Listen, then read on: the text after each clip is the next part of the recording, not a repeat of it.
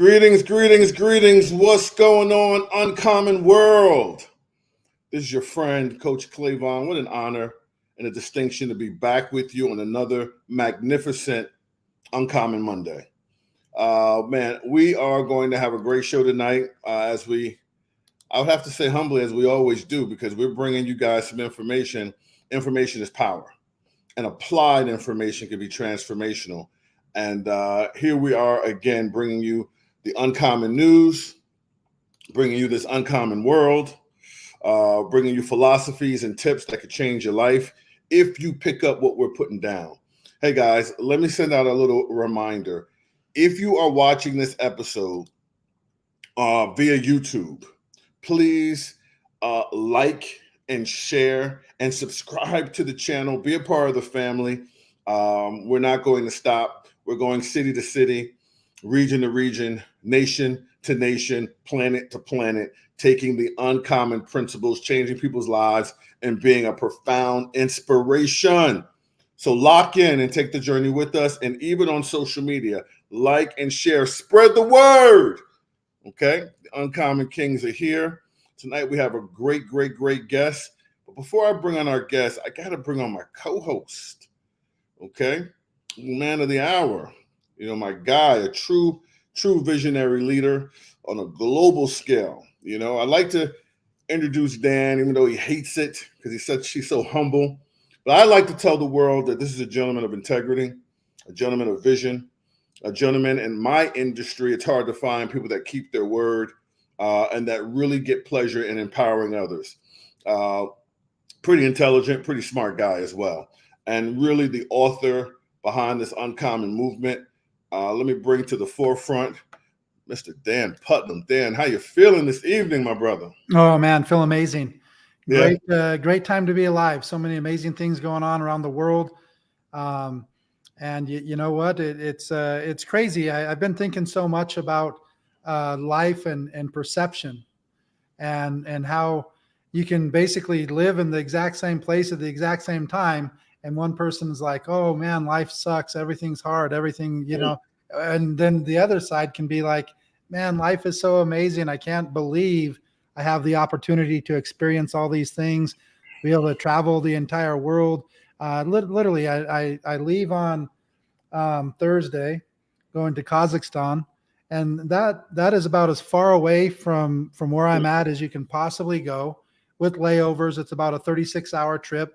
There's maybe like 2 or 3 trips anywhere in the world. I've flown all over that take more than like 30 to 40 hours with layovers. So it's about as far as you can possibly go. And I think about that. It's like, man, 2024, I'm gonna leave on Thursday with the time changes and everything. I'm gonna get there Saturday morning. And if we went back even like 100 years, I would never experience anything like that. The beautiful cultures and people and countries and foods and, you know, all of the different things out there. And so every time it just makes me think we've got a lot of work to do, because at the end of the day, success is a choice. Obviously it takes opportunity, but you literally make the decision, follow the process, and you can have the same as anybody else. But people's mindset is so poor, and they just are so victim driven that it's like everything in their life is somebody else's fault. They don't want to take any responsibility. They don't want to say that, hey, you know, it's my fault. The decisions I've made, the things that I've done over the last months, years, or decades have put me in the exact position that I'm in. But instead, everybody who's successful was lucky, or this happened or that happened. And then with them, they're a victim. Everybody screws them over, does this, does that. And so the main purpose of this podcast is to really prove that success is a process, success is a decision, and it's something that I truly believe everybody can do. And you can take ultra successful people from any walk of life that you can possibly imagine. Somebody coming in the absolutely worst condition that you could possibly be born into and end up rising to the top. And you have the opposite happen also. Somebody born with everything you could possibly imagine and they screw it up and they lose. And so both ways, that proves 100% the success is a decision. Is it easier for some than others? Possibly. Depends on, all circumstances are different. But is it possible for every single person? Yes, 100%. But it takes opportunity. It takes mentorship. It takes mindset. It takes all of these things. And that's the whole purpose, is every single Monday night, get an uncommon man on here, hear his story, and you'll start to see all of these commonalities. This is what, our 31st or 32nd episode? What episode are we on? 30, brother. 30? I thought last week was 30. Then this would be 31. I'll do the math. I'll get us right. But again, we've been going on, I think, our 7th month now that we've been having this going. We've had plenty of people 31. to see, are there commonalities in these successful people, and they have way more in common than not. And but again, we've had people from all walks of life, and again, we're just going to continue to show this process so that you can go back and watch these and say, hey, you know what, I'm going to do it. I'm going to do whatever it takes. I'm going to find the right mentors. I'm going to find the right opportunity, create the right opportunity, and make things happen. And that's the purpose. And we're going to just, keep going, keep pushing until we help as many people as we possibly can. Dan, 31 episodes in, bro. First, it's an honor and a distinction, to have shared this platform with you. I don't take it lightly. I don't take the mission lightly either. And, today was just a crazy day, because today there was like an avalanche. We're in the service leadership business. There's a lot of people we're accountable for.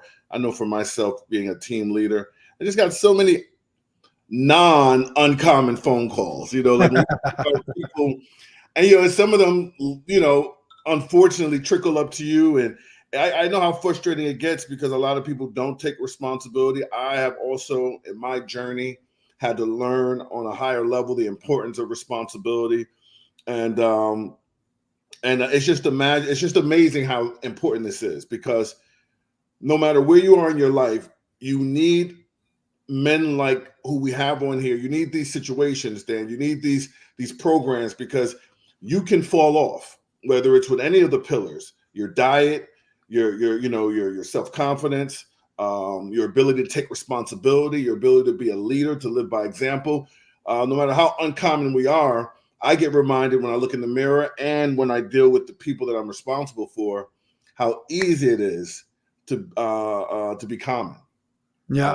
To make complaints and not be grateful and not be responsible. I swear today was one of those days, bro. I'm just like, sometimes I think, if this is happening to me, what is Dan going through? I got 20. He's got 2,000 people following him. Well, look at the Mavericks win by almost 40 the other night, and now that they're down by more than 20 at halftime. Well, I think the third quarter's probably already started. Crazy, just life. Sure. Well, listen, let's get into tonight's episode, because one thing that I'm inspired by is we scour through the communities of the nation and we find uncommon men who are making it happen on many, many levels.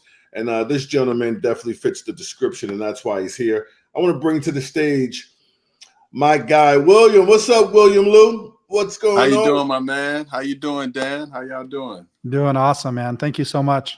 Great. We're so happy that you're on here, brother. We just want to have a conversation with you and got some questions for you. And again, it is, we feel blessed to have you on the show. Thank you for taking time out of your schedule.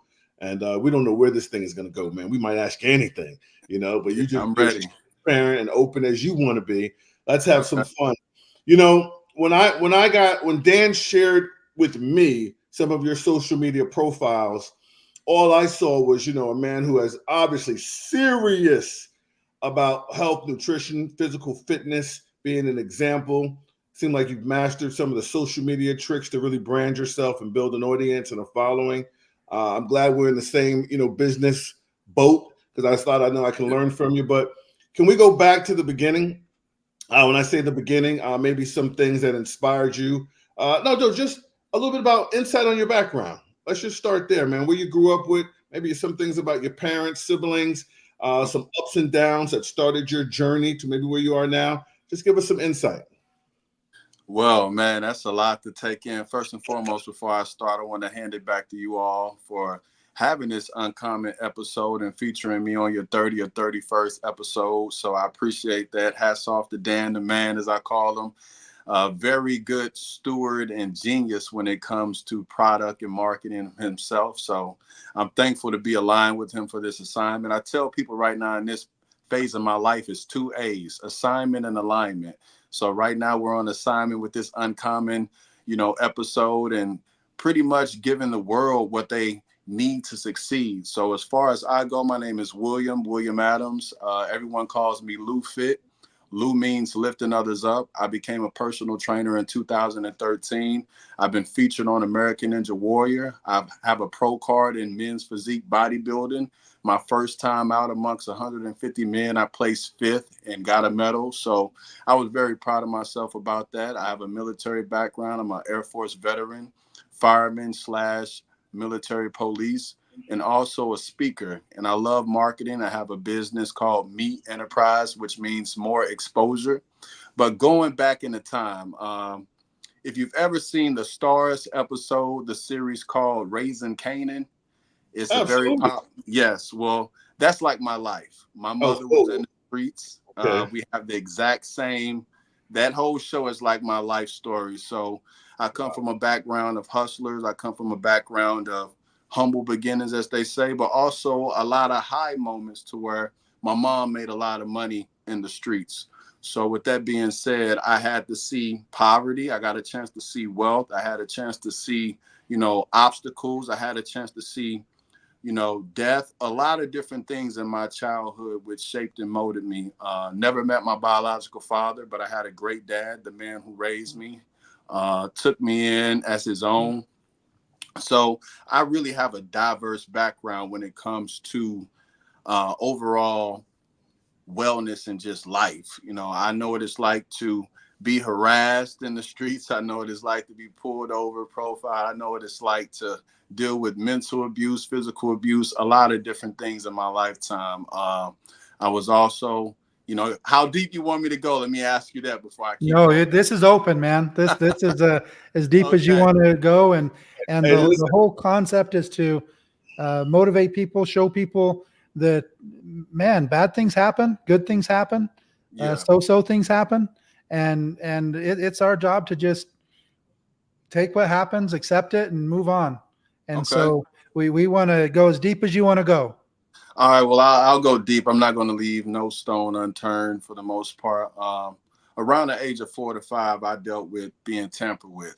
So I know what it likes to be dealt with as women commonly is talked about. It's not talked about amongst men. From the age of 4 to about 10, 11 years old, I had to deal with that. I know what it's like to be physically abused, mentally abused, verbally abused, sexually abused, taken advantage of in that area as well. I know what it's like to not have your mother around because my parents were separated by the age of 8, but they officially got a divorce by the age of 12.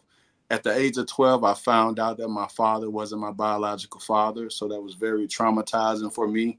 I've always been a different type of child. I've had a way with words ever since I could write. So I practically spent a lot of time with my little brother because my mom was in one home out in the streets, and then my dad was taking care of us. So he worked a lot. So I spent a lot of time either with my grandparents or by myself in the house and looking after my little brother, who's 2 years younger than me. So it's not that mom wasn't there on any level. We just didn't live with her. She didn't have custody of us. So when I say I know what trauma looks like, I know what abandonment feels like. And like I said, not that she abandoned us and she wasn't there at all, but when you don't live with a parent, you go through a lot of different phases, especially when your mother's not in the home with you. So with my dad not having compassion and being that type of dad, hey, let's go throw the football and this, that, and the third, I didn't have that.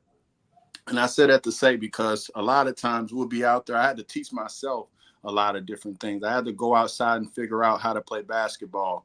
But when my mom did have us and we spent a lot of time with her, she showed us how to box. My mom was like a man and a woman. You know, she was a Layla Ali. She was in the streets. She did hair. She had a shop. I mean, this woman was the first woman I seen with gold Dayton's on her car, a lot of jewelry, just everything. She was a very flashy, stylish woman, but also she had a hard side to her. So she made sure we knew how to defend ourselves. So I grew up in the North County area, a place called Kinloch, and then we moved from Kinloch at the age of 12 to the another county area called Ferguson, where Mike Brown is from. R.I.P. to Mike Brown. So I grew up in those areas. So I got the chance to see the county, and then I had the chance to see the city. And the city of St. Louis and the county is like, you know, night and day almost. But the county is starting to be just as worse as the city is when it comes to violence and things of that nature. And if you know anything about St. Louis, it's always top 5 in most dangerous cities in the United States, always. So I come from that. So with that being said, my mom made sure that we knew how to interact with all walks of life. I don't care if it was the streets. And, you know, academically, I was making good grades. She made sure that we understood the fundamentals, ran track, box, martial arts.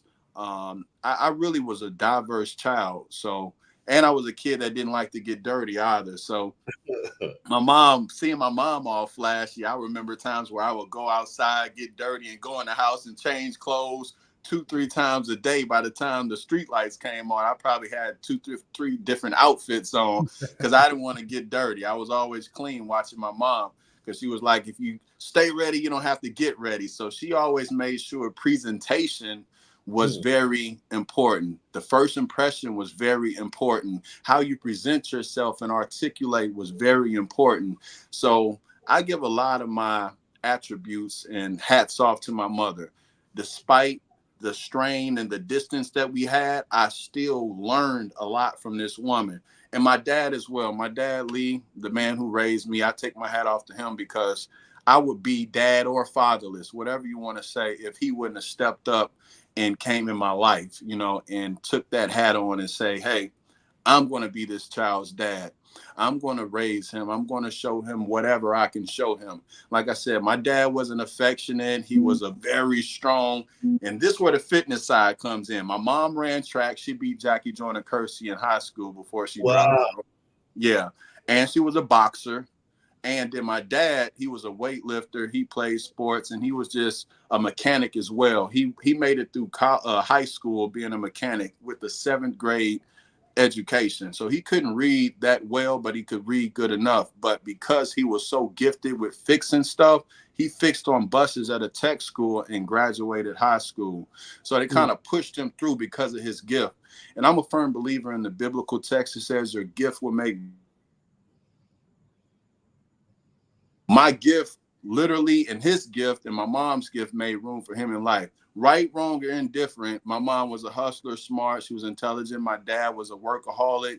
He was good with his hands and, you know, great with just tinkering on things. I mean, if it was a tractor, trailer, bobcat, whatever you call it, a car, an amp, a stereo, this man could fix it with, remember, a 7th grade reading capacity. But I learned that intelligence wasn't defined by the thought process. It's by your gift. Intelligence could be, somebody could be great with numbers and another person could be gifted with fashion, with designing, or whatever it may be. Your hands is still a level of intelligence in your how you discern things and process information. So like I said, coming with the background that was traumatic but also diverse, it led me down the path to be in fitness and to have a good sense of character and to be able to deal with all walks of life. So I'm a natural people person too, because I learned that from my mother when she was dealing with different clientele, whether it was in the shop or on the streets. I had to see how she interacted and how people responded to her, whether it was in a polite manner or aggressive way. So with that being said, by the time I was 12 or 13, I had seen death. I had witnessed heartbreak. I had witnessed my parents separating. I had witnessed overcoming the trauma of being abused physically, mentally, emotionally, and sexually. And I was well on my way to being something totally different. As I said, a lot of people don't know what it's like to go through trials and tribulations, so they hurt themselves. You see a lot of men commit suicide, and with it being Men's Mental Health Month, you can tell that the numbers say 500 million men commit suicide and actually die from suicide every year. Wow. So with that being said, I'm thankful I'm not a statistic. And RIP to anyone who ever took their life or lost their life or know somebody that dealt with, suicide or took themselves out of here. But I know what it's like to think and have certain thoughts. But I'm thankful for my strength. A lot of people don't understand your name means something. My name, William, means strong-willed warrior. And I didn't know what my name meant until I was in my 20s. And then I realized, like, man, I've had this strength inside of me all this time. I've been able to endure based on what my mom named me, based on my name. Like, I'm a warrior. I know how to endure. I fight for what I want to have a willpower. Now, I'm not going to sit here and tell you that I've never given up. But when fear comes, there's two things that you can do. You could forget everything and run, or you could face everything and rise. That's the acronym for fear. Forget everything and run, or face everything and rise. You decide. I decided that I want to rise to the occasion. So by the time I was 16, I was #1 in the state for high jump.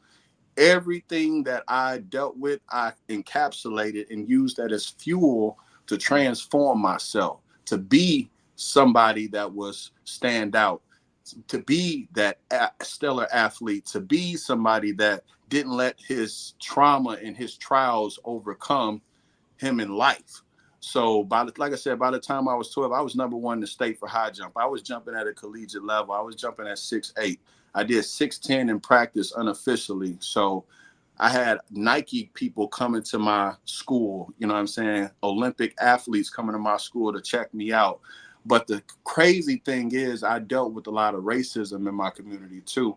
And my athletic director, he hid my college letters. So at the age of 16, a junior in high school, breaking all these records, I went undefeated and did all my workouts on my own. Back then, we didn't have YouTube. The internet was just coming about, so I couldn't Google how to high jump. I couldn't.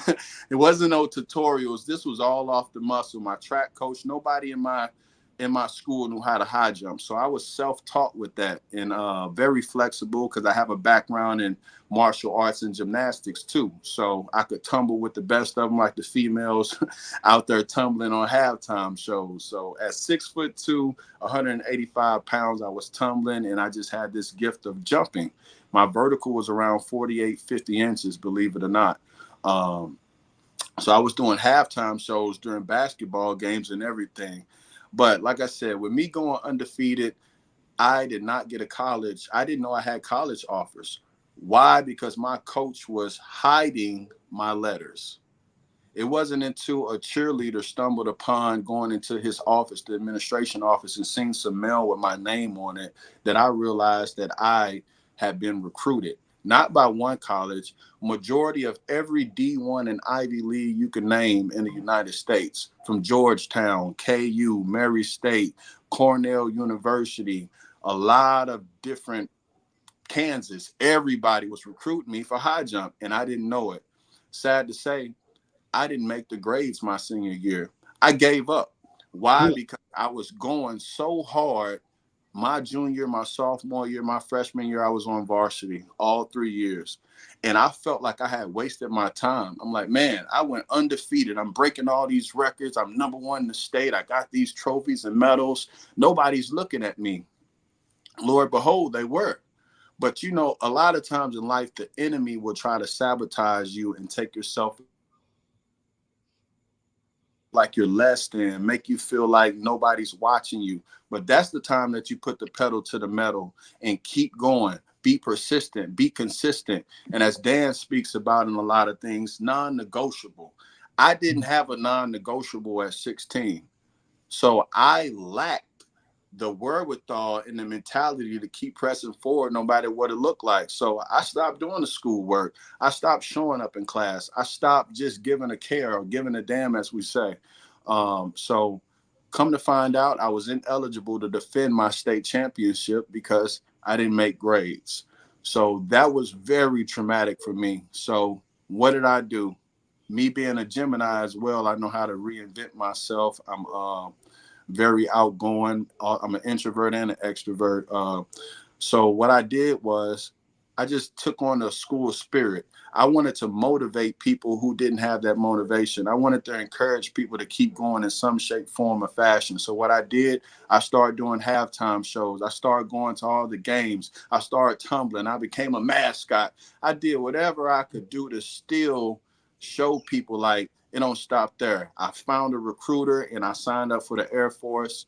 So after I graduated school, when I graduated, I was voted most school spirit, sexiest legs, #2, and best handwriting, and class clown, actually. So it was a diverse awards going around when it came to me for that. But I didn't want to be a failure. So after high school, I went to the Air Force. I said, shit, I missed my call with the Olympics and things of that nature with track, unbeknownst to me. But I didn't let that hinder me. So I kept a shoebox full of all of my letters and trophies and everything to remind people later in life. Fast forward, after going to the military, I became a trainer in 2013. I had my daughter.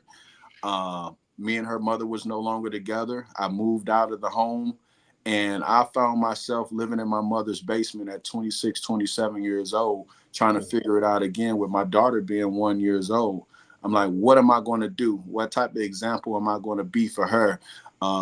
Finding a way to reinvent myself yet again and keep pushing when life hits you. So I enrolled into college, went to school for personal training. And then next thing you know, a month or two in, my tuition went up.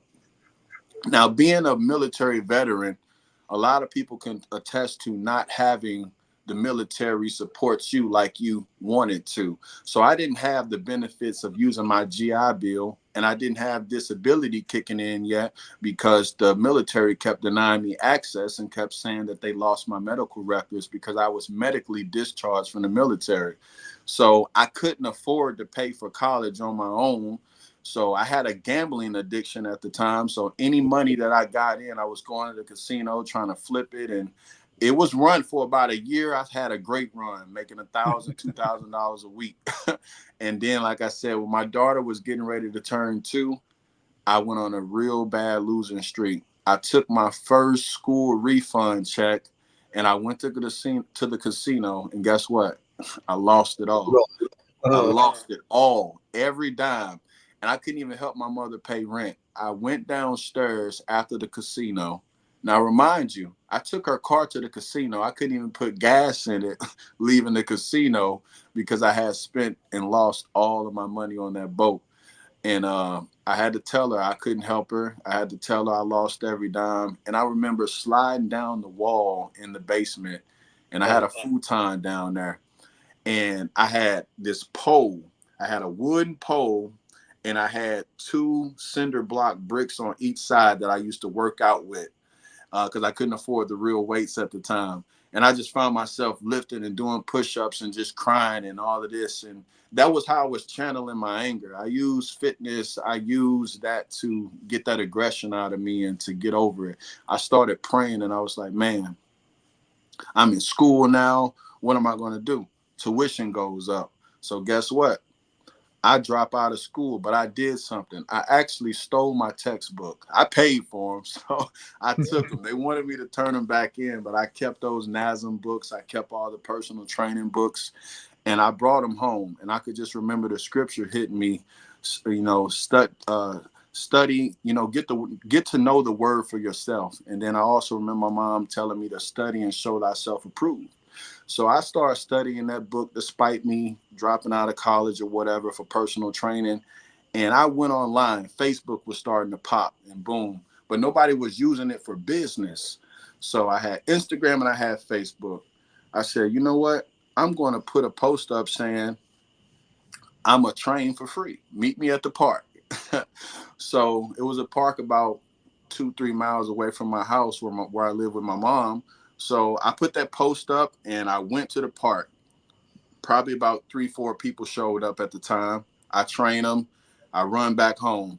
I did this for about 3 weeks. By the time the third week came, I had a nice crowd. So one of the ladies had witnessed me running home in the rain. So the next session, because I did sessions on like a Tuesday, Thursday, Saturday, I think it was. It was like 3 days out the week.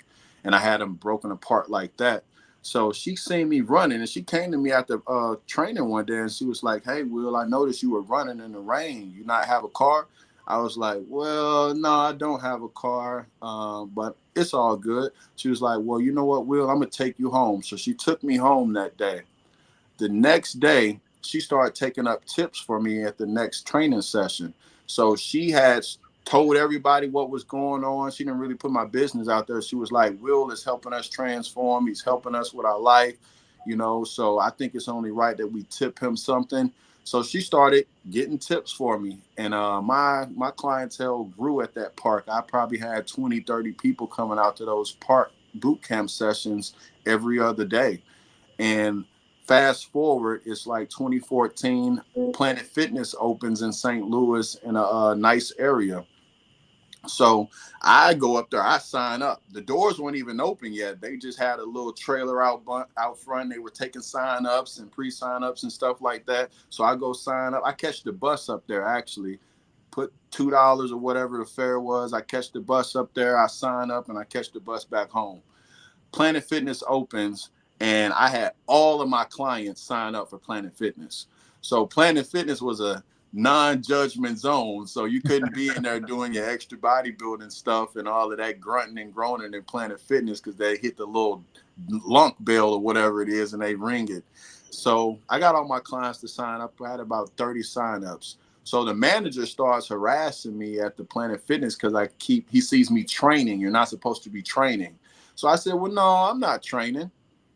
I said, I'm assisting people who have memberships and just showing them a better way to use it and doing drills. So it's like, oh, you're a smart ass. I'm like, no, I'm not being smart. Like, really, that's what I'm doing. I said, but if you go check the file, I do have a black card. So I do have the right and the capacity to come in here and with a guest if I want to, or even if they're not, you know, even if they're members, I have the right to show somebody how to do an exercise properly. So I was talking my way out of this issue.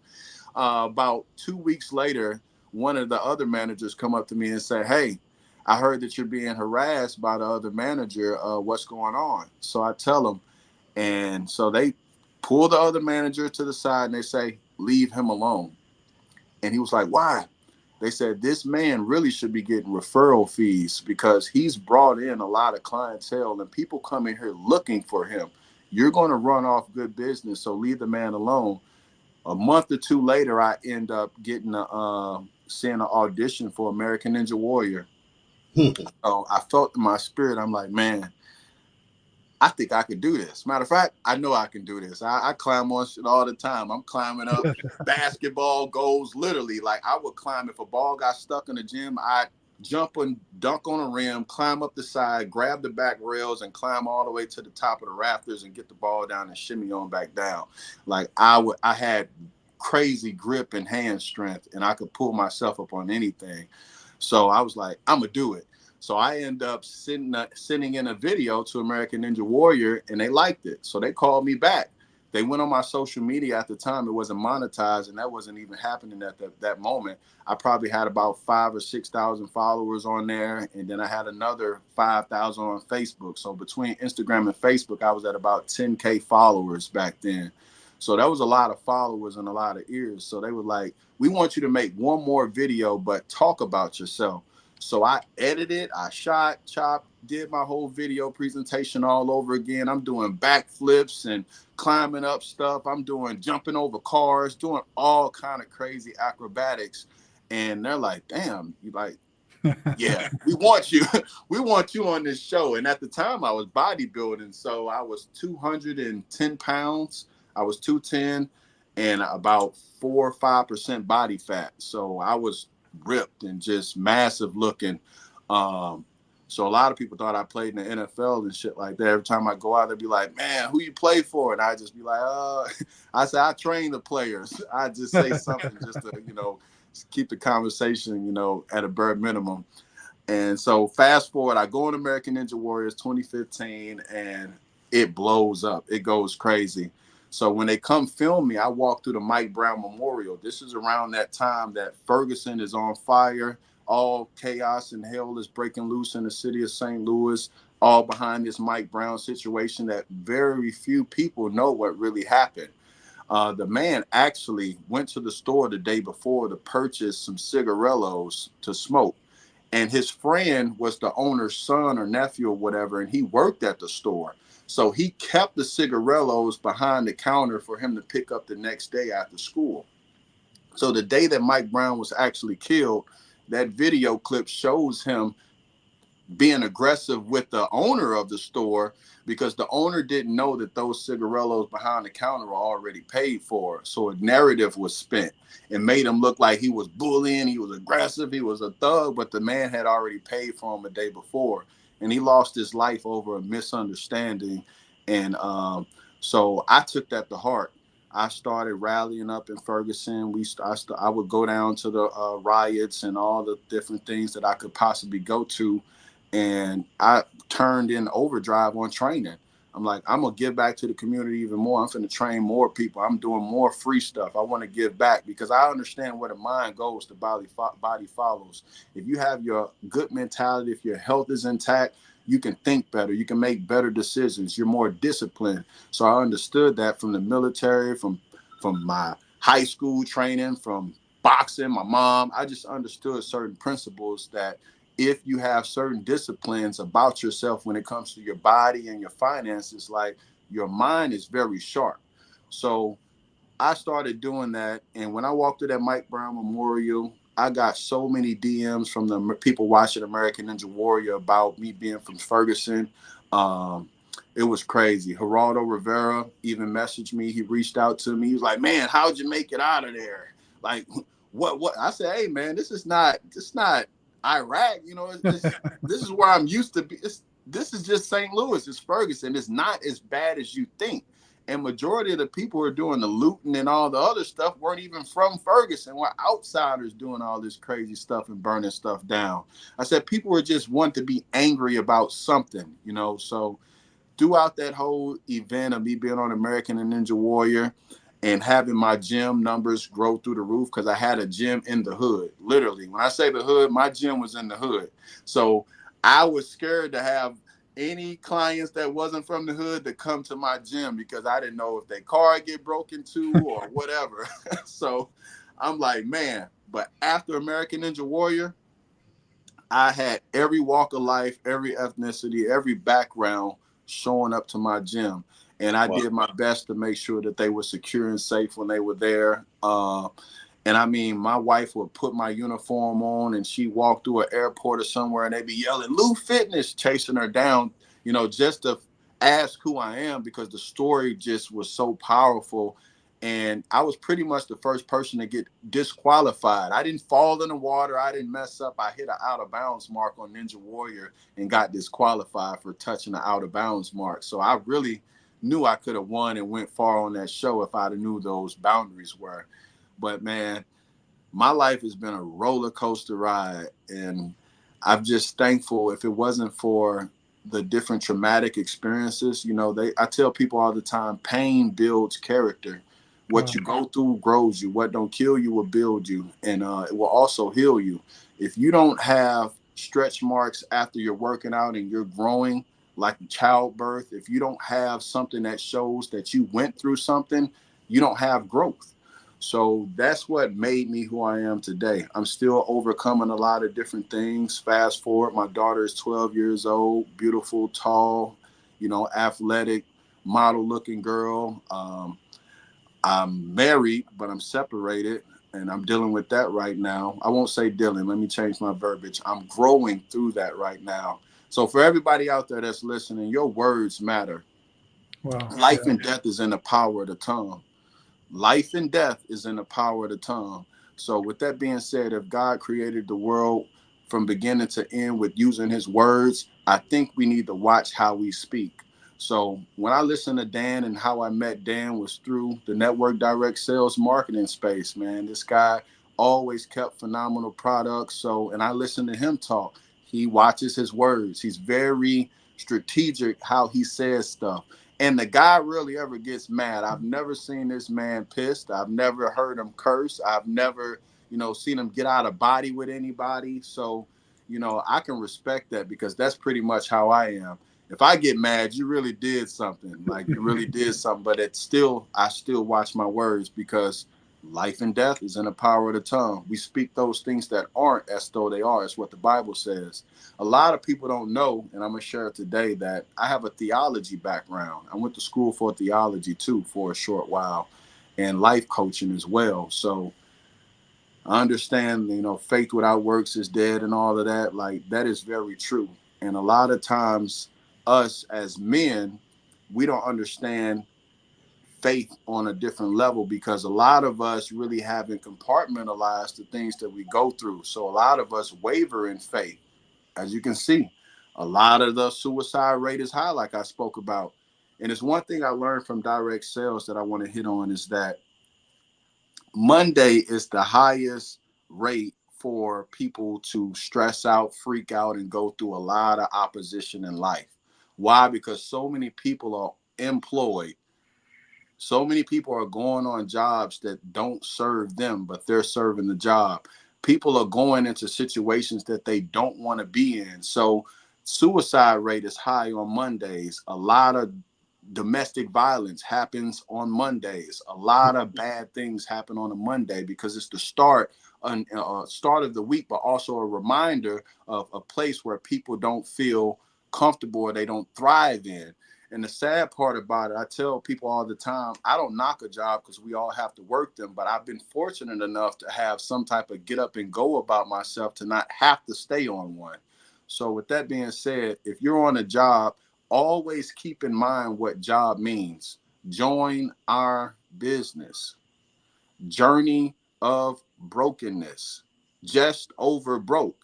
And like I said, I'm not knocking a job. So if you work one, keep working it, but also be working on your work. It's a difference between your job and it's a difference between your work.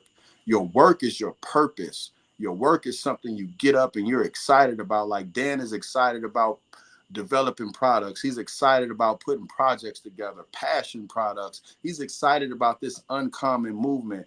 My guy on here, Coach Clever, he's excited about this movement.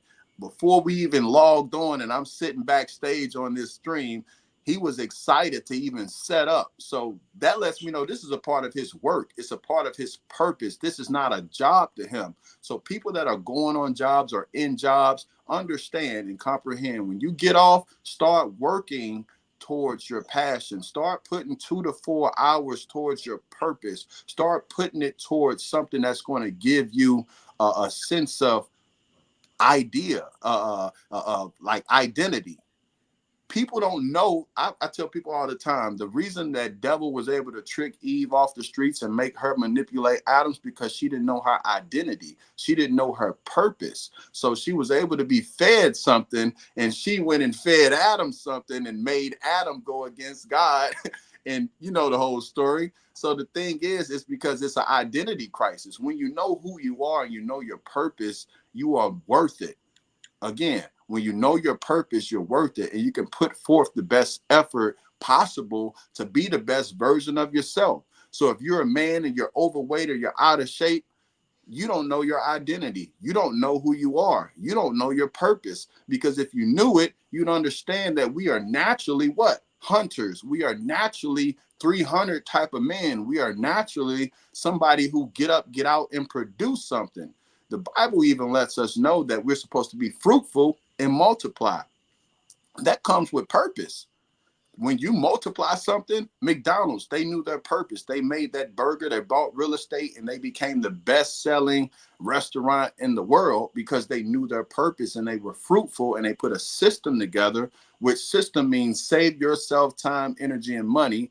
They saved themselves time, energy, and money to where they delegated and they became a monstrosity amongst restaurants in the burger industry. So I tell people all the time, because of fitness, I know my purpose. I'm stronger. I'm wiser. I'm a lot sharper. I love that, Will. One of the things, a couple things that really came to my mind when you're talking. First, I'll just kind of go off of of what you're talking about, knowing your purpose. That's one of the big things that I'm passionate about with Uncommon. I really do believe that people don't know who they are. They don't know what they're capable of. They let other people tell them who they are. They let other people tell them what they're capable of. Yeah. And for whatever reason, I'm not getting into any religious beliefs or anything like that, but I'm of the belief that we all came from somewhere. It wasn't just born out of nothing. And unfortunately, we don't remember who we are. And I really think that's a big part of life, is to remember who we are, what we're capable of, and run with it. And so that's really the thing that we're trying to do. I loved other things that you were saying kind of in a different way, that almost everybody that you can imagine are professional manifestors. But, you hear about these ultra successful people talking about manifesting and this, that, and the other. And then everybody else is kind of thinking, oh, I don't really believe in that. That doesn't really work. But yet they're manifesting every single day the bad things. So when you were talking about, words matter, words do matter. And I've met so many people that are saying, let's say in a relationship, and they're just like saying, oh, I don't know. I don't really want to get that serious with a girl because they might cheat, or they might do this, or they might do that, or that. And then they finally find a girl, but in their mind, they're thinking all this stuff. And then what happens? They're like, oh, see, I told you she was going to do that. I knew this was going to happen. And it's like, yeah, you manifested it. Yep. And it's the same thing with all of these areas. And the other thing that I liked when you're talking about fear, and it made me think, I never saw this until recently, maybe within the last couple of years, when they're comparing the cows and the buffaloes. And they say when it storms, the cows run away from the storm. And what happens is they're staying in the storm a lot longer. Buffaloes run towards the storm. So they run towards the storm and they just go right through it. And it's like how you're saying when you're facing your fear. So the cows think they're getting away from it, but they're staying in it because they're moving in the same direction as the storm. The buffalo say, no, okay, bring on the storm. I'm going to go through the storm. And then they're not in the storm for very long. Yep. And you know what else? I saw a thing just today. I posted, I think it was Jerry Seinfeld.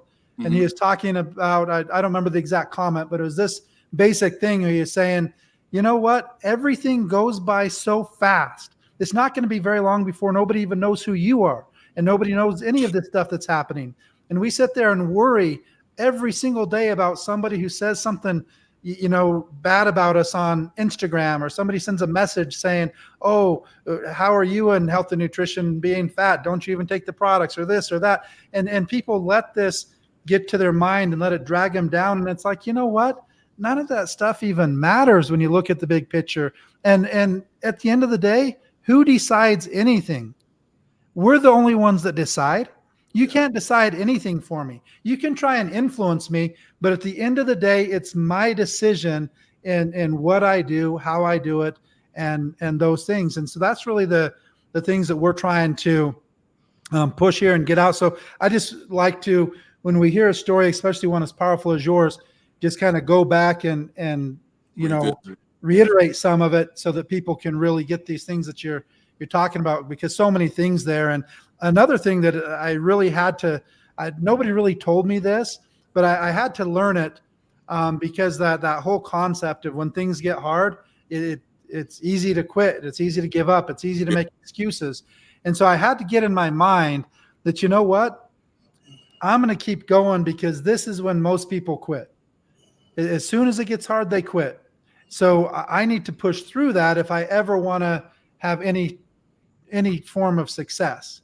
Yes. And so I had to, just learn these basic skills that instead of looking at it like, oh man, I can't do it. I look at it as, you know what, this is where most people quit. I'm not going to quit. So I'm going to rise above it. And another thing is just how people talk to themselves. So I was listening to a guy the other day, and he was talking about fasting. Yeah. He was talking about, where people will fast and it's like, oh man, it's so hard. I feel hungry and this, that, and the other. And he said, you know what? What if that's what burning fat feels like? So instead of being like, I feel hungry or I feel like this, what if that's what it feels like to burn fat? And then you just switch your mind and you're like, you know what? I feel like I'm burning fat right now. I feel, and you start to like that, and you start to be like, man, let's Let's keep this going. Let's burn it a little bit longer. Kevin James was on Joe Rogan, and he did 45 days with just water. 45 days. That's unbelievable, the mental strength that would take. And he said, most of the days weren't that bad, but there were always some bad days, sometimes 2-3 days in a row. But he said he just kind of felt like crap, and he was just like, man, I need to eat something. I need to do something. But he just like, he didn't. And then he woke up the next day, and he's like, you know what? I don't feel too bad. And I go another day. And he didn't even necessarily have the plan to start off and go 45 days, but he was just like, well, let's see what I can do here. And then I'm working with a guy on some social media campaigns who just did 40 days. And it seems impossible. It's like, how can you possibly go, 40 days, 45 days without food? And it's just those things that, we don't even know what we're capable of. The people that have seen what, David Goggins have done and read his books and stuff like that. And here's what I think is people read this and are like, oh man, this guy's amazing. It's unbelievable. But guess what? He's not the only person entering these races. And guess what? He's losing almost every one of those races. So there's all kinds of people that are doing it. They just all haven't written books and done the same types of things. And again, his story is amazing. I'm not taking anything away from his willpower. I heard him talk.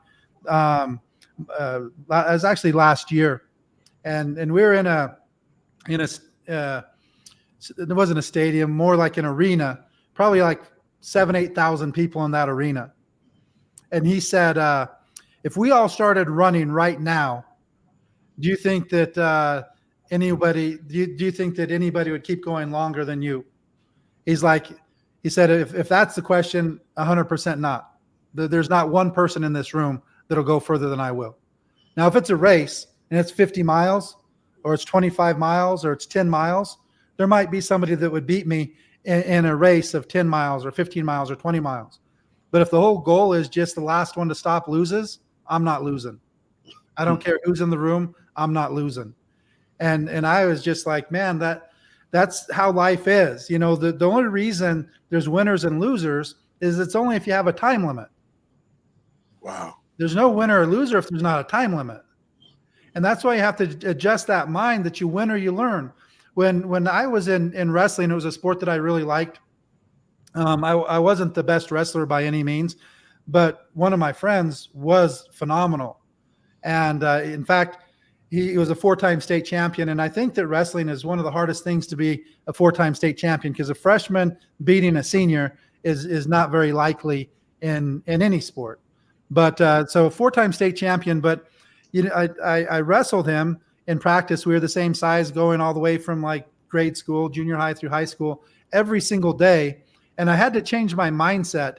Instead of just like, oh man, he's way better, he beats me every single time. That was mostly true, but I learned so much.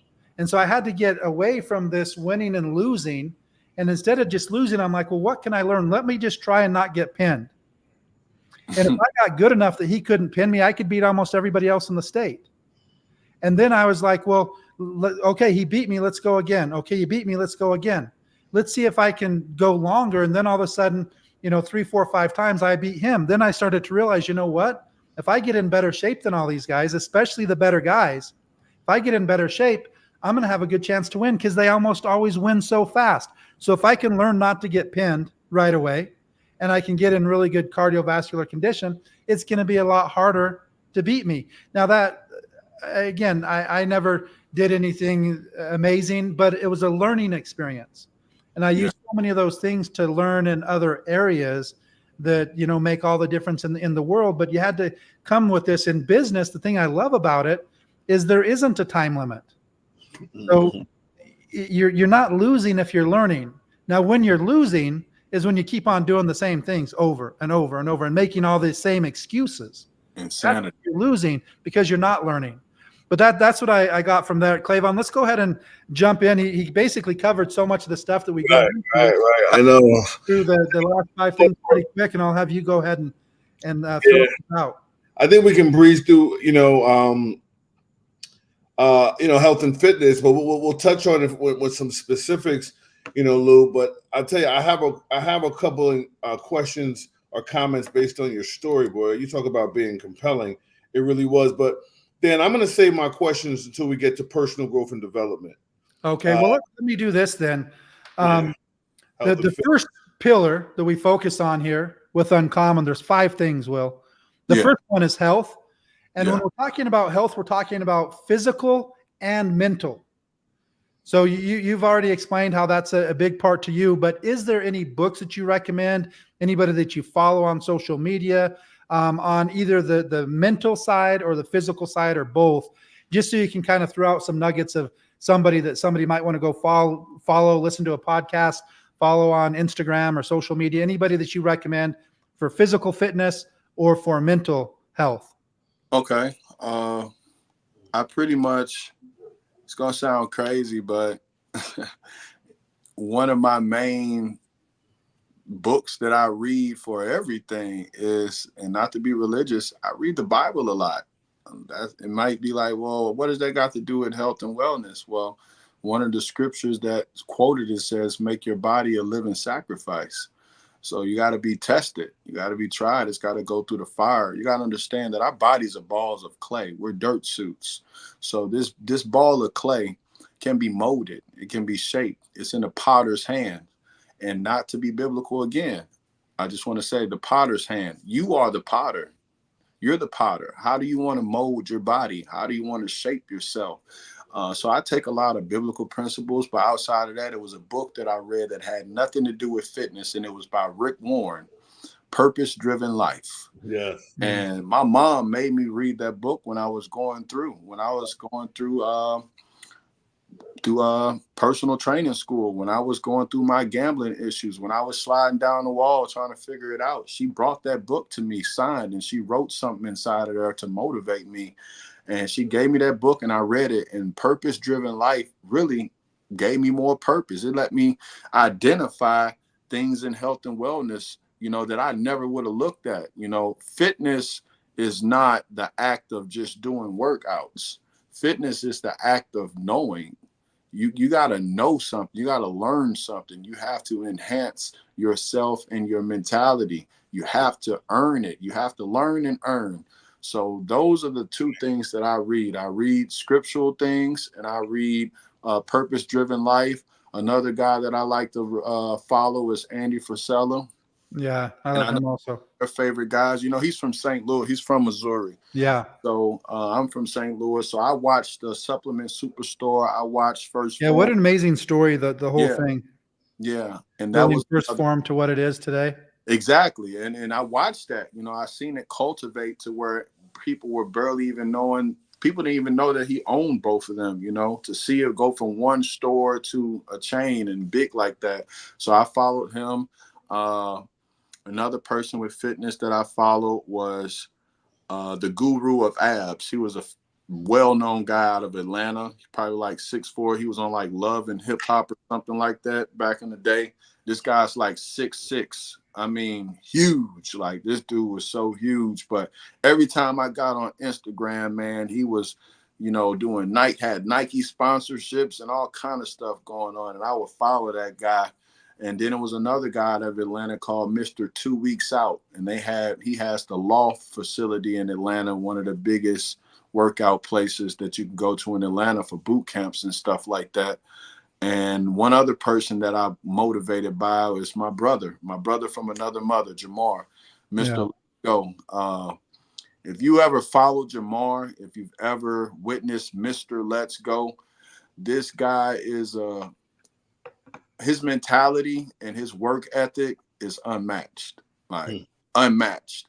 I've never seen someone so dedicated to their craft when it comes to transforming their body or just going hard. I mean, this guy's knees are shot. He played in the NFL for a while, until his wife caught Crohn's disease. He has a powerful story. He left the NFL to take care of her and to nurture her back to health. And he did just that. So following him, being next to him every day, he was my business partner and everything, like crazy. So those are a few people that I look at when it comes to fitness.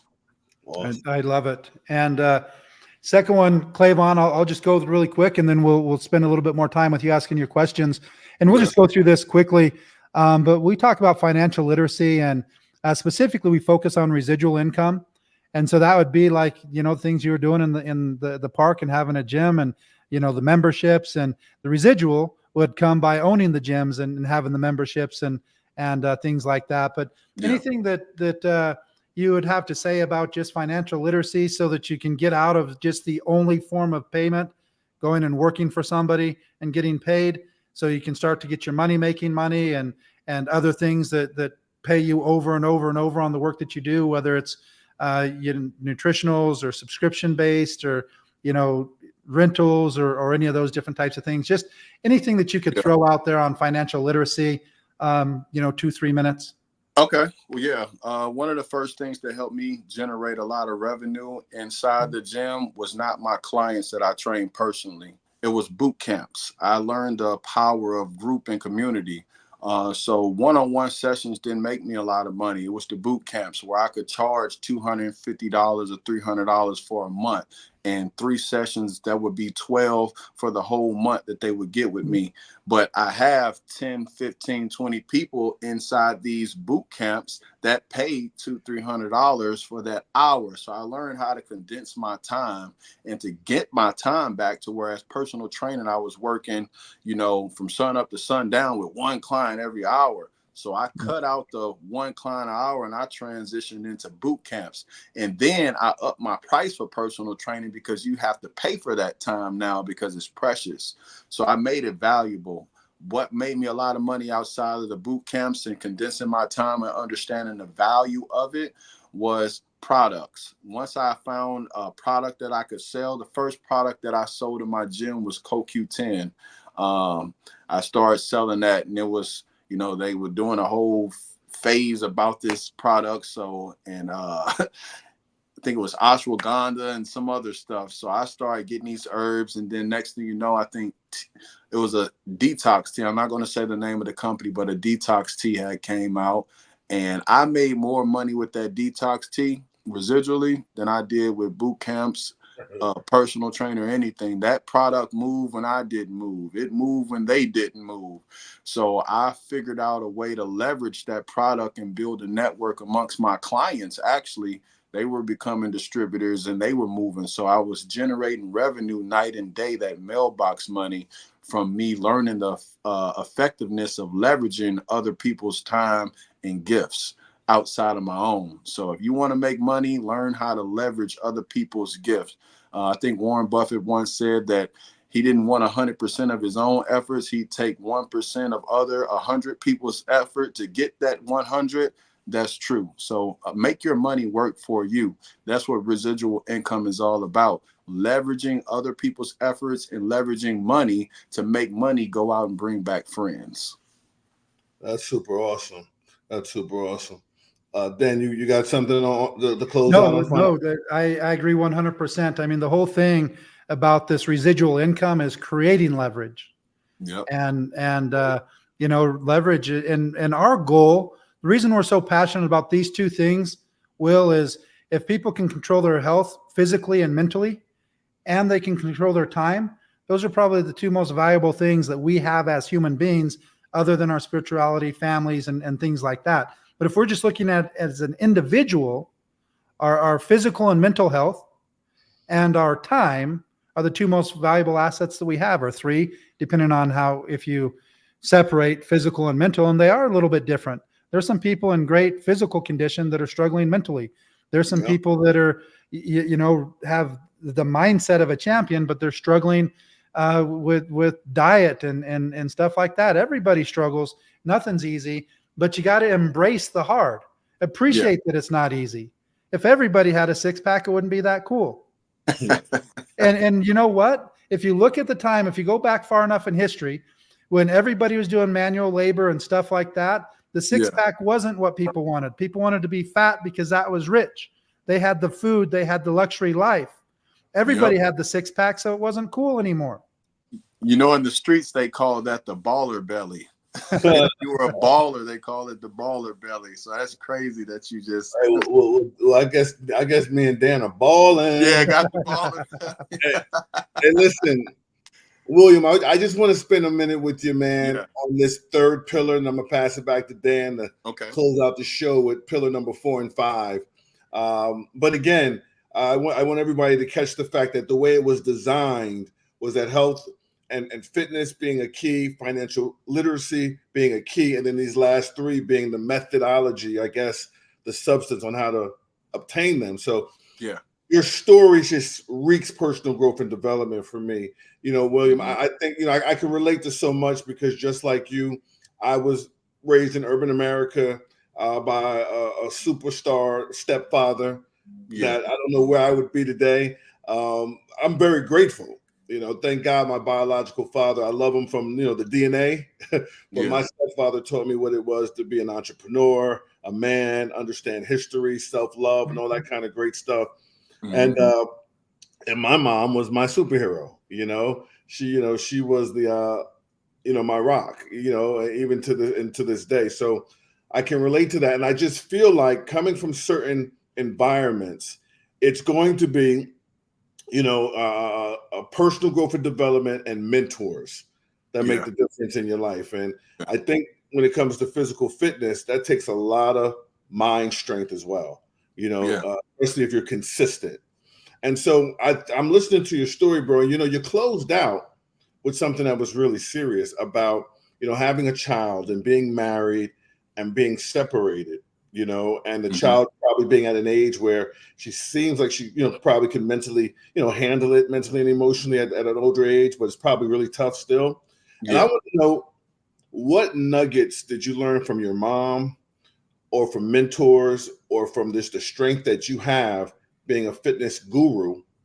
What is translating for you to be able to handle this moment, to deal with separation? Because there's a lot of great men out here who are uncommon, who deal with things that no one knows about and maybe still be struggling with them. I've never seen a book about how to deal with a separation and how to deal with daughters watching. Talk to us about what you're pulling from to get through this. Again, I go back to the foundation. What's so dope about this show, you have pillars. My pillars are, I think Dan probably heard me say them a few times in the past. I got something called EFFIT. I stand by it, and it means faith, food, fitness, focus, fellowship, and financial fortitude will make you a dominant force in life when applied right. So those are the pillars I think about going through anything. What is my faith like? Faith is the first substance of things hoped for and the evidence of things unseen. It's the foundation for everything we do.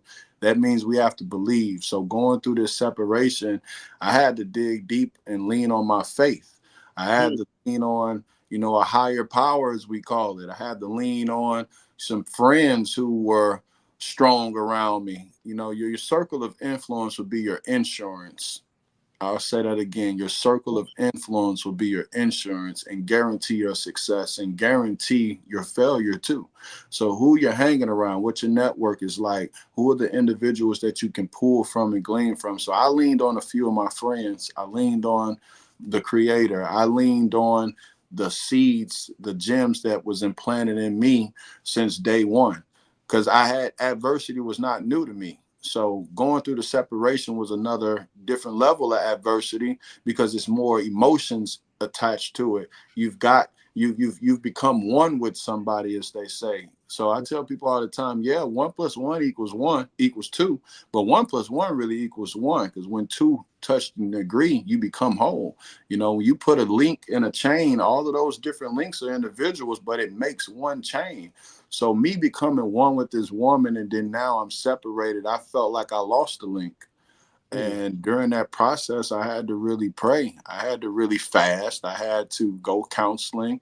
And don't be afraid to go to counseling. That's a part of personal growth as well and development, to get a perspective and see yourself sitting across from yourself. So like we're doing right now, this is a form of counseling too, because we're asking questions, getting answers, and we're reflecting and projecting out into the atmosphere. And then later on, you might catch a gem that you could use.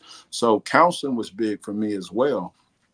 because What did you learn from that? What would you say, like the top thing from counseling? Why was it just to have somebody to it like was a mirror, vent Dan. to that's not going to look down on you or argue with No, you or for me, I don't care if somebody, how anyone looks at me. To be honest, I've grown out of that.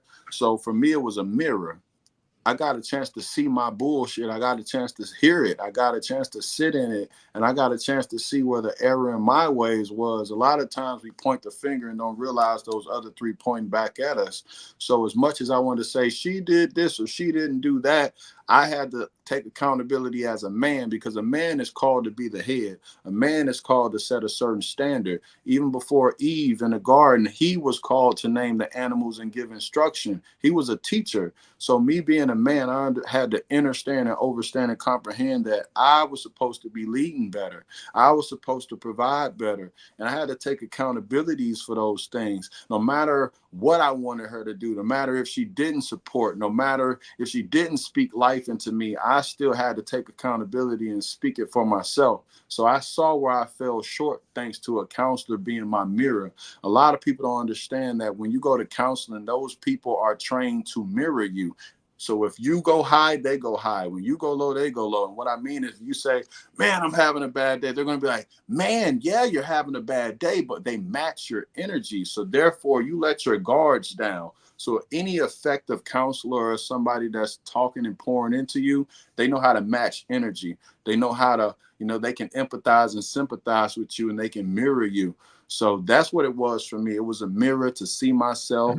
It was another, I could hear everything, but most importantly, outside of that counselor, I was unashamed. I didn't have any shame, because I've always been somebody who was open to share my transgressions, to share my story, because I understand that my mess is my message. Your mess is your message. You can't have message without me, mess, sage, and age. All four of those words are inside a message. It's me, mess, sage, and age. Well, what is sage? Sage is a season that you go through. It's a spice. You're going to have a spicy season in your life. You're going to have mess in your life.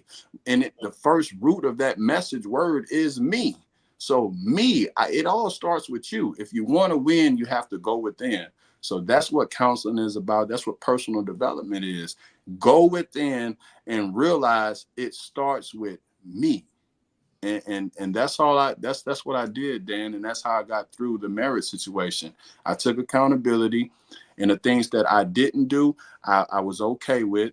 And then I was thankful for it, because it was a lesson and a message, like I said, a method to the madness. And it was a message, a mess that turned into a message. Those trials made me triumphant. So I took a minute. I was stressed out, but at the same time, I found myself being thankful for another level of life, because I got a story to tell. So what's for you is not really for you.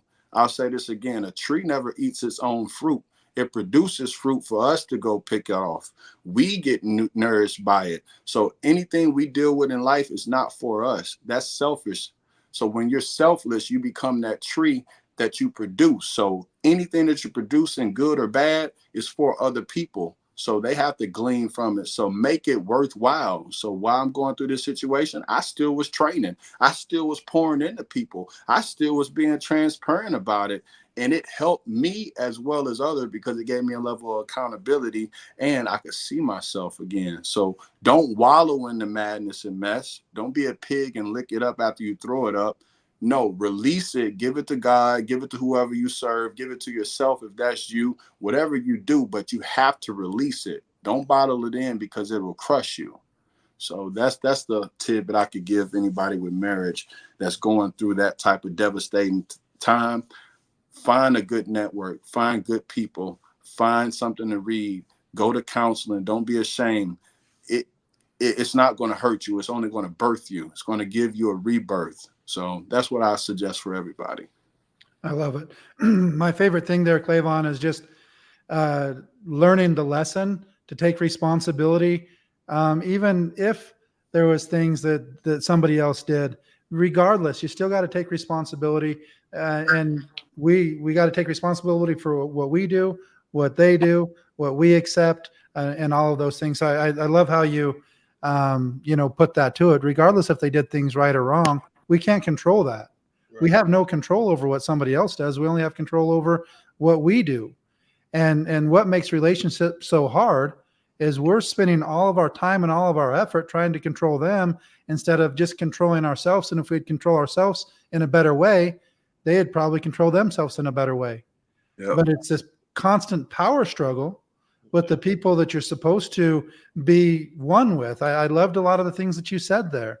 It's like if you have a chain and the chain's fighting against each other, it's problems. And what just dropped in my spirit when you said that, Dan? People don't understand how rust works.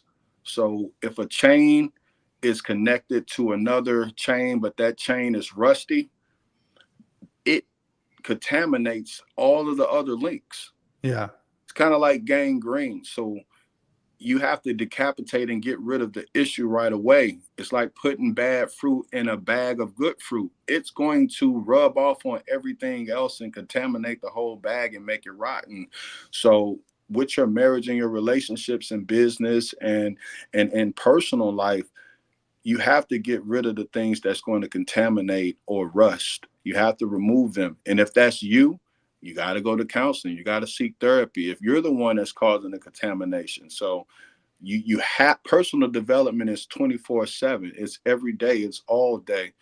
All day. It's constantly learning and evolving so we don't contaminate other people and we don't rust and affect people in a negative way. Yeah, for sure. Anything else on that, Clavon? No, that was really huge. I mean, Dan, I'm gonna let you close us out, and I would usually ask this last question at the end, but just a quick one, a little before I pass it back. Yeah. Just really quick, because I just want to know, how would you like to be remembered? It's really a closeout question, but it's personal growth and development. This is going to close out pretty fast, but I'm looking at you as someone who's been through everything. What a wonderful story, trials, tribulations, a lot of pain points. Every time you fell, you got up, you learned a lot, versatile life story. And I see where you are with mindset. One of the top guests I've ever heard speak about personal growth and development. You've definitely developed yourself, but through serving and training others, is that the end deal, or what is the impact you want to be remembered for, your legacy? Oh man, I got emotional thinking about how to say this to you. It's probably not a traditional answer, but I want to be known as the enhancer. I want to be known as somebody who everything he touched turned to gold.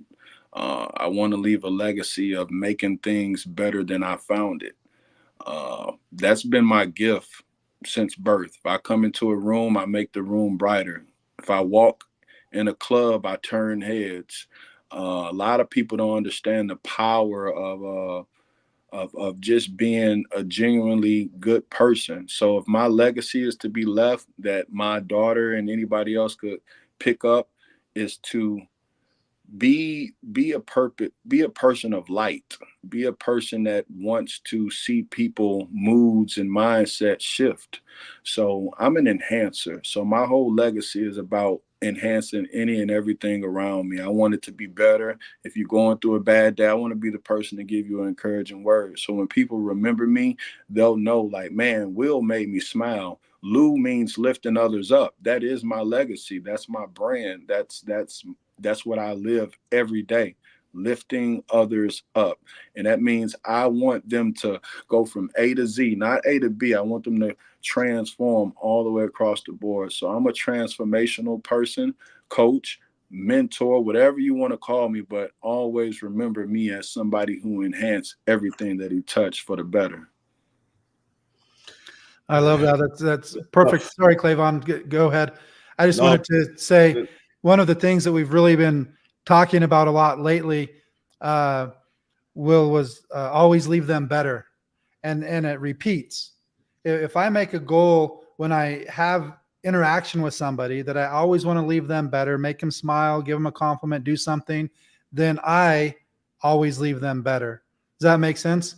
If Uh, I'm doing everything I can to leave them better, I'm going to leave them as a better person also. And so I love what you're saying. That's kind of the perfect thing of the enhancer, enhancing everything. yeah, Everything that comes, I want to leave it better. man, I appreciate you guys, man. This has been powerful. Very powerful, bro. Very powerful. The fourth thing, quick, because you've Mhm. already done a lot of things on this. Accountability. Accountability is what kind of holds it all together. I always say that you can't have accountability without a system, Yeah, because there's nothing to hold them accountable to. And people aren't self accountable. Some people are. You develop self accountability, and if you look at most of the people that become uncommon, they do become accountable to themselves. They make agreements with themselves that they keep. They make promises to themselves that they keep. But the majority of people, including myself, really struggle with keeping promises to ourselves. Meaning, we say we're going to do this, we say this, and typically, if somebody lies to you all the time, they never keep their word. They always do this. It's a person that you wouldn't like, and yet we do that to ourselves every Monday, every January 1st, every month. When you're always saying, okay, I'm going to focus on this, I'm going to do this. And then you do for a little while. And it's crazy that we'll keep promises to others way more than we keep the promises to ourselves. So I always say, if self accountability was strong enough, if people had self respect, way more people would be successful. But since they don't, there has to be some sort of system and some sort of accountability. Clavon's used the example, and you can probably reiterate this because of your experience in the service. If the Air Force and the Marines and the Army and the Navy didn't have accountability, we wouldn't be the nation that we are. You have to be accountable. If they didn't have systems, they wouldn't be. It's just like McDonald's. You said I loved your when you explained what a system is. So just give us a few minutes on accountability. And I try and point out that accountability, you have to either tell somebody your goals, your dreams, what you want, so that they can hold you accountable to. There has to be a system that you can hold accountable to, or there's got to be some decision that you've made in order for accountability to take place. Okay. Accountability. It's crazy you said that. I struggle with accountability for myself a lot. You know, when you're a giver and you're serving at a high capacity, or you're just naturally, like you said, wanting to leave things better, uh, you give so much of yourself that you really don't have much to give to your own self on your own time, because it's hard to get our cup refilled a lot too, because we're so busy pouring into others. It's like that part of our calling. So one of the things I do for accountability as of lately is taking the time to decompress, Mhm. sit still, and it's another parable. Peace be still. Peace be Yeah. still, and know that I am God. And I sit still. That way I can really hear. And accountability is another word that has two things in it. You have account, and then you have ability. Ability, are you willing and able? Your abilities are your gifts, talents, and abilities again. And you know, the account is like banking. You know, you have to make a ledger with yourself. What are you putting into it? It's like they say it takes a village to raise a kid. That means you're Mhm. pouring into. So I take accountability when it's time to sit still and write my vision out, and to start planning better for the future, or what my next task will be. Because if I don't sit still, I can't hear, I can't, I can't really process what I need to be doing. So I really throw in a lot of motivational stuff. I really throw on some Miles Monroe. That helps me with accountability. That's one of the main people throughout my personal development that I listened to in the world, was Miles Monroe. His kingdom principles and things of that nature. He was just a great teacher in that area. And I listened to Myron Golden as well. Oh, he's one of my favorites too. Yeah, Myron Golden is like a modern day Miles Monroe to me. And so I listen to him a lot as well. And his thought process is similar to what I have, how I feel about life. So I use people for accountability, to be honest. So if I can't be accountable to myself, if I say for instance, I come on here and I tell you, hey Dan, I'm gonna come on and do this podcast, and you're like, all right, we gotta start at 9 o'clock. I need you on here 5 minutes early. I gotta set my alarm now because I know in my mind, like if I don't set my alarm, I'll get caught up in life or serving that I will accidentally forget to be on here at 9 o'clock. So my alarm clock became my accountability partner. And Yeah. then you messaging me and you texting me saying, hey, we're going to be on, 15 more minutes or whatever. That reminder was accountability too. So I tell people, you got to plan. You either plan to fail by not planning, or you plan to win and prevail by putting the plan there. Even in the good book, it tells you that to plan. It tells you to write the vision and make it plain. So if we're not writing that vision, if we're not making it plain, a lot of times you can't manifest or get what you want out of life because you never made it clear for yourself. So we got to give clear-cut instructions to ourselves and be the alarm clock for ourselves, and then have other people be that alarm clock and that wake-up call, so to speak, because a lot of times you can't shape up if you don't have something around you holding you to the fire and taking account of your actions. So it's the people and it's the things that I take in, that I read and I listen to on a day-to-day basis, and that voice inside of me as well. More importantly than anybody that you ever listen to, that voice inside of you telling you, hey, you got to shape up. Hey, you could do this better. Hey, this, that, and the third. We all hear it. Many of us ignore it, but you hear it. So that voice inside of you that's telling you to do this, that, and the third, listen to that voice. Become familiar with that voice. Sit in a silent place, whether it's the car, the bathroom, or shower. Sit somewhere and just listen to that voice. And you probably never heard this before, but that voice is telling you something about yourself. And if you keep having the same thought when you sit still, if you keep revisiting the same thing, even if it's bad, that's something that the voice is telling you to fix, that you need to be held accountable for. So listen to the voice, surround yourself with like-minded or greater people, and listen to things that are nourishing to your inner man that will take you to a whole nother level. That's accountability right there. For sure. I love it. And the last thing we focus on is to me one of the most important, and it's giving back. Mm-hmm. And when I first started, getting in business and having financial goals and stuff like that, my definition of success was really just kind of making a lot of money and having things and experiencing things. And then when I first started doing that, and I realized that, man, I'm still having bad days. I still have a bunch of problems, because I thought, man, life would be so awesome if I had all this money and I could buy this stuff and do these things. And I started to realize that there's a song, and it's not like I follow Justin Bieber a ton, but there's a song that he had that I heard that he talks about, what do you do when you have everything that you've always wanted and you're still not happy, or you're still sad, or whatever. I don't know the exact words, but it always came to me. It's like, man, the problem is when people are just chasing the money, it's never going to be enough, because it's never going to fulfill. So I literally changed my entire definition of success just to happiness. Meaning, if you're working a job, somebody else making, just barely enough to get by, but you love your wife, you love your kids, you're happy, that's a success. You have a multi-billionaire that's on his 8th wife. He's got 13, 14, 16 kids, doesn't even know half of his kids and all that. That, in my definition, would be a failure.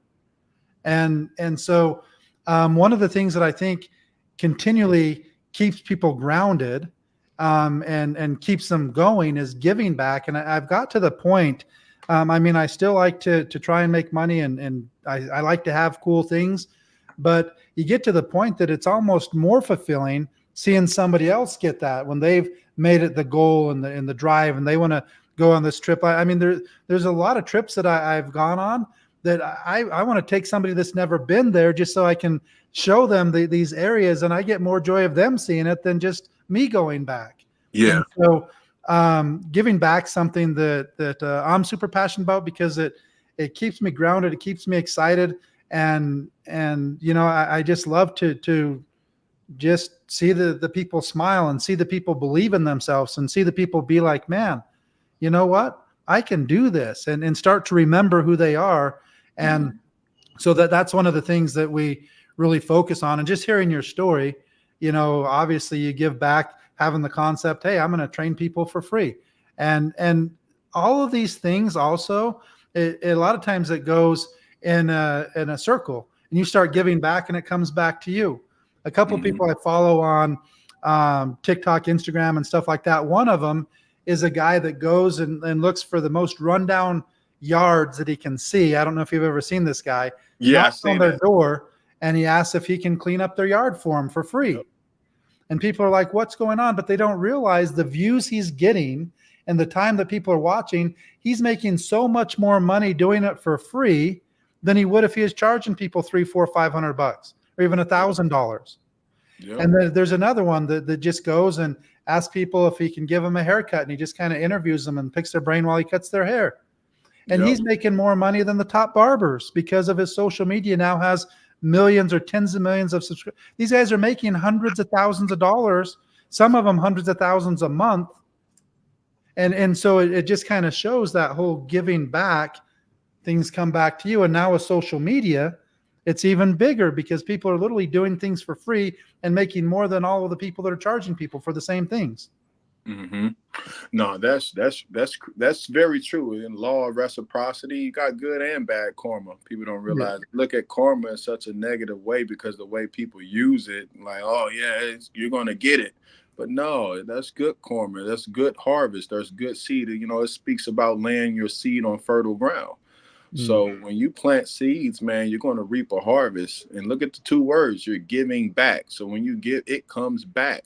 Back is behind giving for a reason. It's going to happen for you. It's going to come back to you. So like I said, I'm big on wordplay, man. You just look at it, giving back. What are you getting back? You giving back what you gave. So whatever you put out there into the universe, whatever you pour into people, whatever you think about as well, because it's not even what you say out of your mouth too. It's how you think, because you get a direct reflection of how you feel as well. So if you're feeling piss poor throughout the day and you're projecting that out, you're going to get piss poor people around you and interacting with you throughout the day. So, man, giving back is a very, very powerful thing. And like I said, the law of reciprocity, Newton's law that we learned in school, third law, what it says, for every action, there's an equal or greater reaction.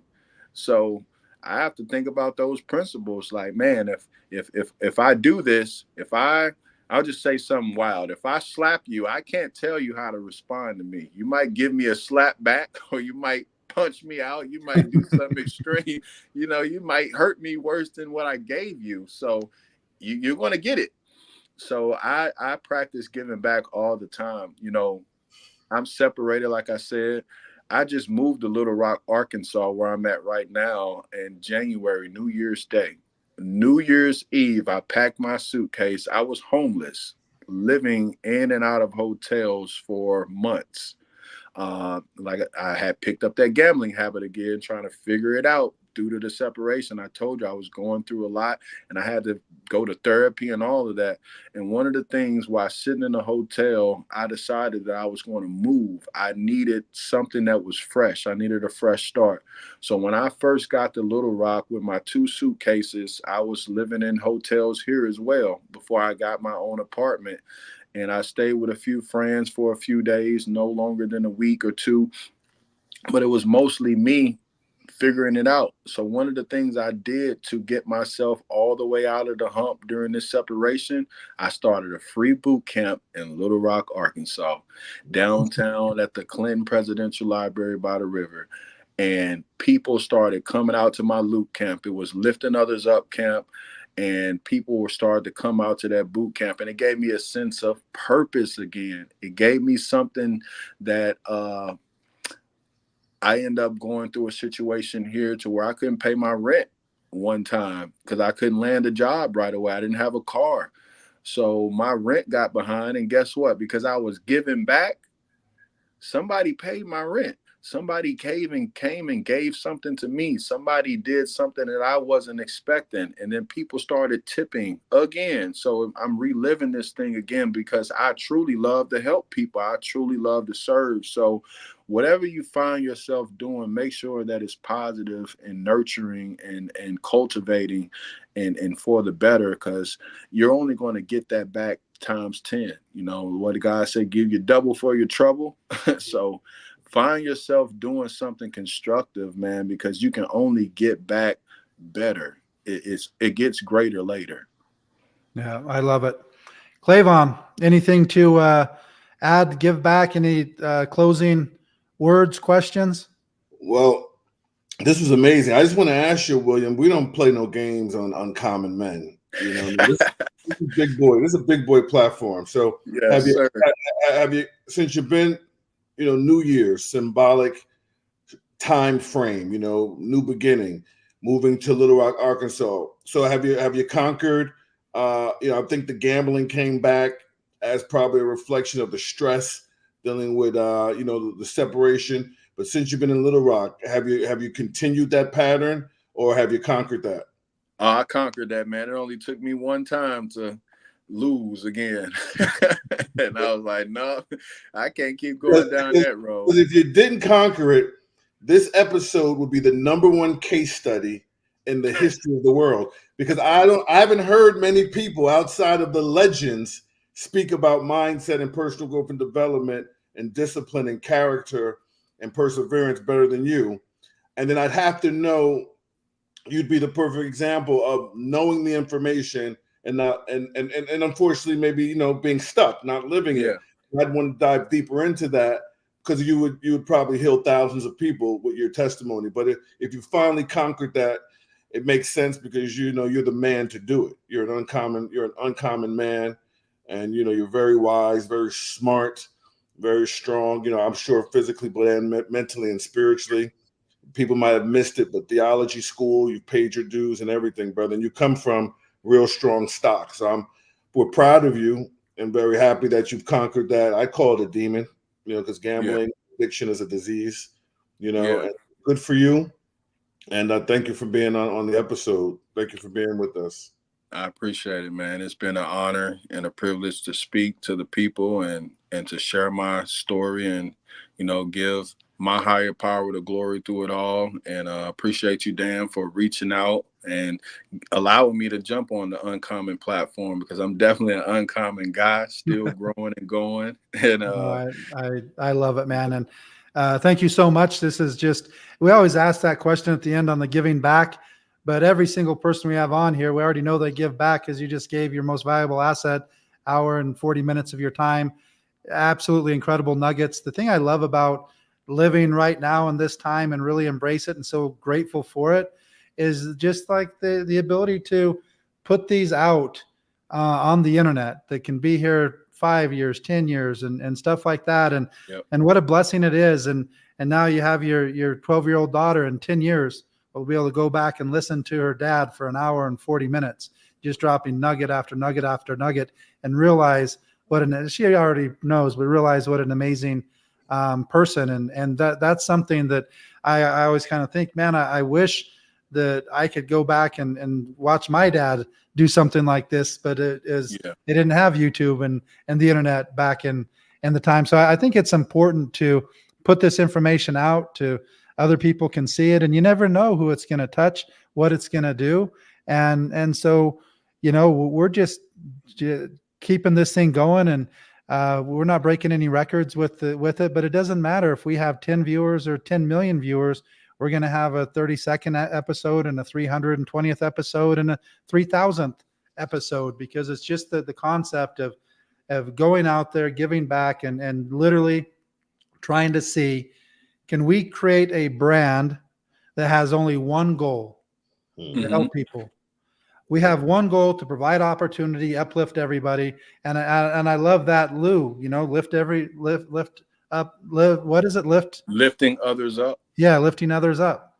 Yeah. It's amazing. And that's really what Uncommon is designed to do, is lift others up. And in order to do that, you have to have opportunity. So we provide the opportunity with it. And just say, hey, bottom line, we want to create a brotherhood that we want every single person to be happy. And we don't, everybody doesn't have to be an entrepreneur. Everybody doesn't have to make thousands or tens of thousands of dollars a month or a day or a week, but they still need the certain skill sets, because everybody's going to have tough days. Everybody's going to have tough times. Everybody's going to have, the seasons are going to happen. It's not going to be perfect. And you have to have, the ability to deal with those and move on. And that's what we want to do, is we want to give people a tool set that when the bad stuff in life happens, or the good stuff, you can get derailed by the good stuff just as easy as the bad stuff. Yeah. I've ran into it myself, and I've seen other friends, things start going really good. And then all of a sudden they start getting, super cocky, and they start spending crazy, and they start getting into drugs and girls and things that they never had the opportunity to do before. So it was never a problem. And you have all these other people that see them, and especially these professional athletes and Tiger Woods and stuff like that you've seen their issues. And it's like, yeah, you could say you'd never do that because you never have the opportunity to do that.